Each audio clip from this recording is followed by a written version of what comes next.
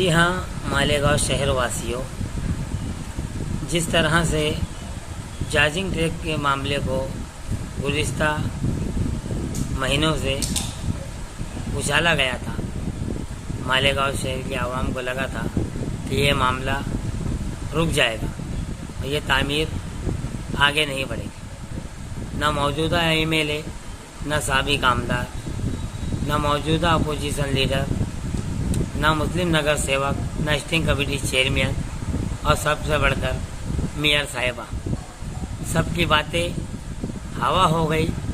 और ममता दीदी ने सच ही कहा था कि खेला होवे, तो मालेगांव शहर में खेला हो गया और चार्जिंग ट्रैक बनकर आवाम के इस्तेमाल के लिए तैयार भी हो गए। बड़े बुजुर्गों ने सच ही कहा है कि इत्तेहाद में बरकत है। अगर लकड़ी गट्ठा बनाकर तोड़ेंगे तो टूटेगी नहीं, और अकेले उसे तोड़ेंगे तो वो टूट जाएगी। मालेगांव शहर की तामीर और तरक्की का नारा लगाने वालों ने अपने अपने लेवल पर इस मामले को उछाला, मगर आखिरकार नाकामी हाथ आई। अल्लाह रहम का मामला फरमाए।